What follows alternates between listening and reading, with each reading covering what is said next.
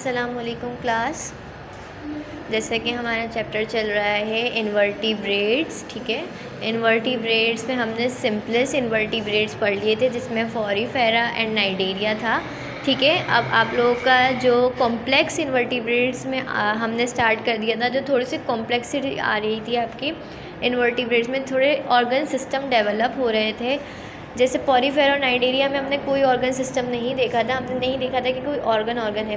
Porifera में हमने pores देखे थे, बस कि पोर्स से वाटर एंटर होता है और आउट हो जाता है। नाइडेरिया जेलीफिश वगैरह में हमने सिर्फ टेंटिकल्स देखे थे कि वो टेंटिकल से अपने माउथ में टेंटिकल से प्रे को कैप्चर करके अपने माउथ में डाल देता है, ठीक है। फिर एनालीड्स पढ़े हमने, एनालीड्स पढ़े, उसके बाद हमने पढ़े प्लेटीहेलमिन्थस, ठीक है।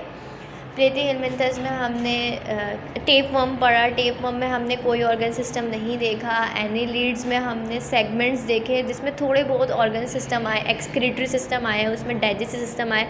सेगमेंट्स में अलग अलग digestive system and excretory system आए, ठीक है। नेमाटोड्स में, अच्छा जी, नेमाटोड्स में भी थोड़ी थोड़ी ऑर्गन सिस्टम डेवलपमेंट हो गई है, ठीक है।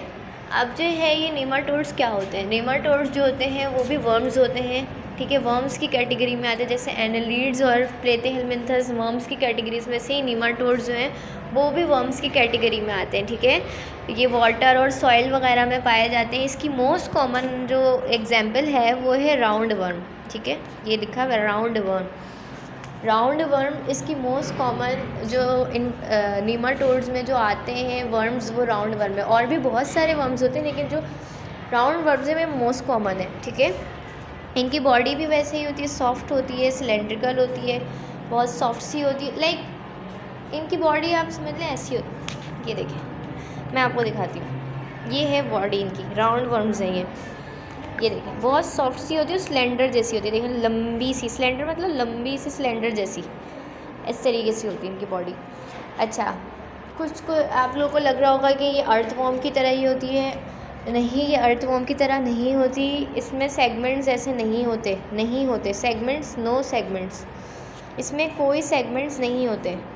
सेगमेंट्स मतलब इनमें कोई पोर्शंस नहीं बने हुए होते, ठीक है। नो सेगमेंट्स, ठीक है। इसमें कोई सिलेंडर जैसी सॉफ्ट बॉडी होती है, इनमें कोई पोर्शंस नहीं होते, इनमें कोई सेगमेंट्स नहीं होते, ठीक है। ये सब जो लिखा हुआ है इसको आप इग्नोर करें, female gonophore, lateral line, excretory pore, बस आप ये देखें। मैंने आपको सिर्फ आपकी बॉडी को दिखाना है, ये सब आप नहीं याद करना है, आपको ये सब नहीं देखना। सिर्फ आपने ये देखना है कि इसकी सॉफ्ट सी सिलेंडर जैसी बॉडी होती है, ठीक है, और इसमें सेगमेंट्स नहीं होते। ये आप लोगों ने याद रखनी है ये बात। ये एनालीड्स की तरह नहीं होते, इनके पास ऑर्गन सिस्टम भी नहीं होता, लाइक इनके पास रेस्पिरेटरी सिस्टम नहीं होता। लाइक एनालीड्स में हमने देखा था कि गिल्स के थ्रू एनालीड्स जो हैं वो रेस्पायर करते हैं और अर्थवॉर्म जो है स्किन से करता है, ठीक है। एनालीड्स में बाकी जितने भी एनिमल्स आते हैं वो गिल्स के थ्रू करते हैं और अर्थवॉर्म स्किन के, लेकिन इनके पास कोई रेस्पिरेटरी सिस्टम नहीं होता, ठीक है। रिप्रोडक्शन के लिए ये हर्माफ्रोडाइट नहीं होते। हर्माफ्रोडाइट मतलब ये mail and female sex organ same body में नहीं होते, बल्कि ये हेट्रोफ्रोडाइट होते हैं। हेट्रोफ्रोडाइट मतलब ये कि male and female sex organ are present in separate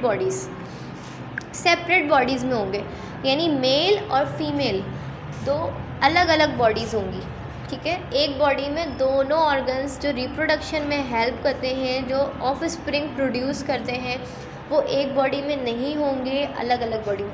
like एक बॉडी होगी, वो होगी फीमेल। ये लंबी वाली बॉडी होती है ना, तो बड़ी सी बॉडी होती है, ये होती है फीमेल बॉडी होती है, जिसके अंदर फीमेल सेक्स ऑर्गन्स होते हैं, ठीक है, जो रिप्रोडक्शन में हेल्प कराते हैं, जो एग्स प्रोड्यूस करते हैं। जो छोटी वाली बॉडी होती है ये होती है फीमेल, जो छोटी वाली बॉडी होती है वो होती है मेल। बड़ी वाली बॉडी जो होती है लंबी, जो फीमेल होती है, छोटी वाली बॉडी जो होती है वो मेल होती है, ठीक है। ये दोनों मिलके रिप्रोडक्शन में हेल्प करते हैं, ठीक है, ऑफ स्प्रिंग बनाते हैं। कुछ एग्स वगैरह, एग्स मेल जो है वो अपने गैमेट्स जो है फीमेल में ट्रांसफ़र करता है और फीमेल जो है फिर आगे जाके ऑफ स्प्रिंग प्रोड्यूस करती है। गैमेट्स वो होते हैं जो सेक्स ऑर्गन गैमेट्स प्रोड्यूस करते हैं और गैमेट्स ही आगे जाके रिप्रोडक्शन कराते हैं। मेल जो है अपने गैमेट्स फीमेल में ट्रांसफ़र कर देता है और फिर रिप्रोडक्शन के थ्रू ऑफ स्प्रिंग प्रोड्यूस हो जाते हैं। ऑफ स्प्रिंग मतलब इनके बच्चे प्रोड्यूस होते हैं, ठीक है। रिप्रोडक्शन का मतलब यही कि बच्चे प्रोड्यूस करवाना। ओके, सो ऑर्गन सिस्टम में इनके पास मेल एंड फीमेल अलग अलग होते हैं और मोस्ट कॉमन इनकी एग्जांपल है राउंड वर्म, ठीक है।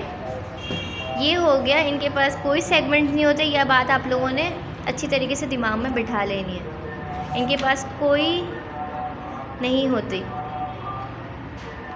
अच्छा, यही नीमाटोड्स का हमारा इतना ही पोर्शन था, ठीक है।